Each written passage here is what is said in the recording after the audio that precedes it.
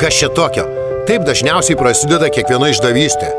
Ne nuo lovos, ne nuo bučinių, o nuo tyliai peržengtos ribos, kurią žino tik širdis.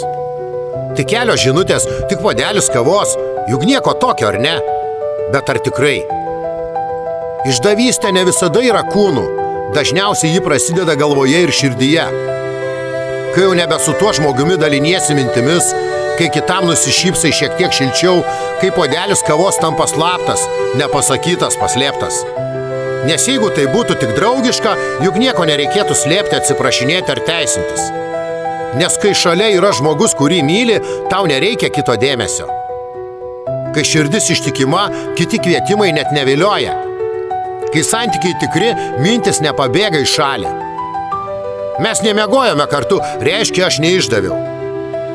Išdavystė prasideda tada, kai kitam suteiki tą emociją, kuri priklauso tavo antrajai pusiai.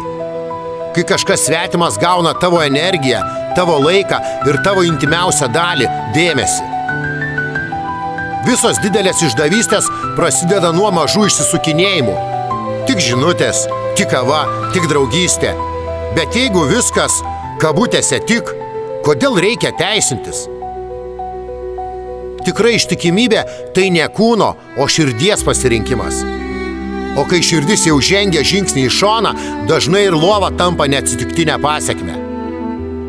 Ta tokie pasiteisinimai, žinutė, kava, draugystė, tai išdavystė. Ne kūnu, bet širdimi.